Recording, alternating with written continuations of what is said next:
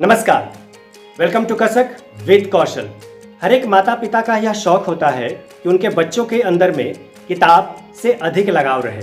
Mobile, TV एवं अन्य ऐसे उपकरण जिनकी ओर बच्चे अधिकतर आकर्षित हो जाते हैं, उनसे ध्यान हटकर उनका ध्यान किताबों पे हो और वह रीडिंग हैबिट को अधिक से अधिक अपने जीवन में ला सके। और यह केवल बच्चों के लिए भी नहीं है, बल्कि माता पिता एवं हम बड़ों के लिए भी है। आज के दौर में किताबों से दूरियां बढ़ती जा रही है और हम कुछ ऐसे AI भटकाऊ उपकरण एवं कंटेंट की ओर जा रहे हैं जिससे हमारा ध्यान आसानी से भटक जाता है। हम अपने मस्तिष्क की कल्पनाओं का उपयोग करने के बजाय AI एवं अन्य ऐसे साधनों का प्रयोग करते हैं जिससे हमारी गुणवत्ता में कमी आती है। तो किताबों से नज़दीकियां बढ़ाने और बच्चों में किताबों के लिए रुचि लाने के लिए आज का यह वीडियो विशेष तौर पर उन्हीं के लिए समर्पित है।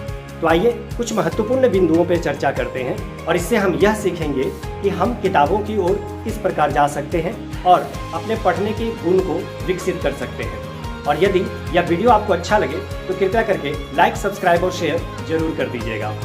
तो पहली बात, बच्चों को दें रोचक किताबें। बच्चे साधारण तौर पर अपने सिलेबस की किताबें पढ़ने में रुचि नहीं दिखाते हैं, उन्हें वह उबाऊ लगता है। बच्चे के स्टैंडर्ड के अनुसार, की रुचि के अनुसार उन्हें कार्टून की किताबें या कोई ज्ञानवर्धक किताबें, साइंस की किताबें, रंग बिरंगी किताबें, अलग अलग पिक्चर वाली किताबें, आप पिक्चर बुक्स भी उन्हें दे सकते हैं। फिल्मों की किताब खरीद सकते हैं, वैसी फिल्में जो बच्चों पर आधारित होती है।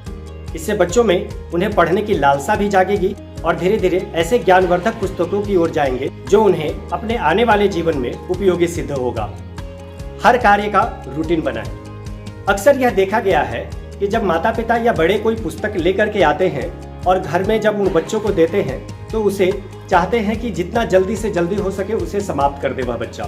परंतु ऐसा नहीं हो सकता, क्योंकि हो सकता है कि शुरुआत के 2-4 दिन आपके कहने पे बच्चे उस किताब की ओर आकर्षित हो और उसे पढ़े भी, परंतु जब तक उनमें रुचि नहीं जागेगी वह उस पुस्तक को नहीं पढ़ेगा।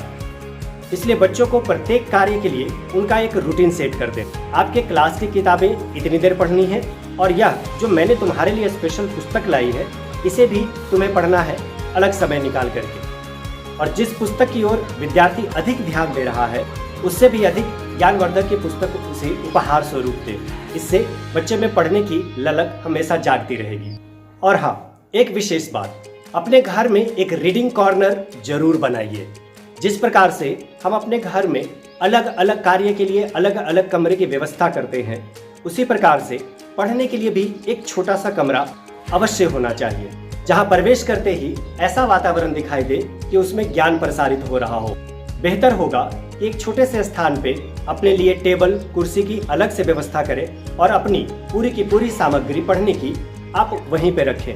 और साथ ही वह भी पुस्तक जरूर रखें जो आपको पढ़ने में सबसे अधिक रुचि लगती है, और जिसमें अधिक रुचि नहीं लगती है उसका कार्य समाप्त करके आप अपना समय अपने रुचिकर पुस्तकों पढ़ने में लगा सकते हैं।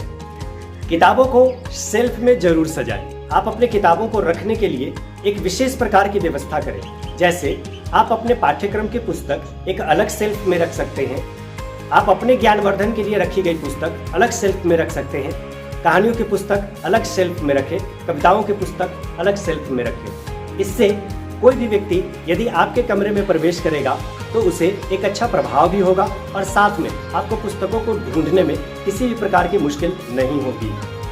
और अंत में सबसे महत्वपूर्ण बात, सजा के तौर पर बच्चों को कभी पढ़ने के लिए न कहें। हाँ, यदि आपको ऐसा प्रतीत होता है कि यह पुस्तक इस बच्चे के आने वाले समय में ज्ञानवर्धन के लिए आवश्यक है परंतु बच्चा उसे पढ़ना नहीं चाहता है, तो उसे आप प्रेरित करें। प्रत्येक दिन उसे 1 या 2 पेज पढ़ने के लिए प्रेरित करें। उन्हें बताएं कि इस किताब को जब भी तुम्हें फ्री लगे, जब तुम अपने आप को फ्री लगो, तब कम से कम 1 पैराग्राफ ही सही, 1 पेज ही सही, आप जितने सक्षम हो उतने ही पढ़ें। इससे धीरे धीरे जब वो आगे किताबों में बढ़ते जाएंगे और उस विषय को समझते जाएंगे तो बच्चों में रुचि ऑटोमेटिक बढ़ जाएगा। और इस प्रकार से बच्चे स्वयं के अंदर और माता पिता, अभिभावकगण अपने बच्चों के अंदर में रीडिंग हैबिट विकसित कर सकते हैं।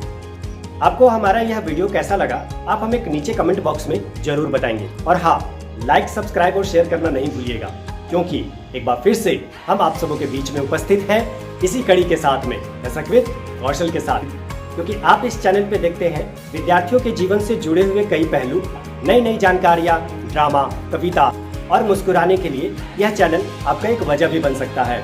तो आपका प्यार, आपका आशीर्वाद यूं ही बरसता रहे। तब तक के लिए बहुत बहुत शुक्रिया, बहुत बहुत धन्यवाद। Thank you.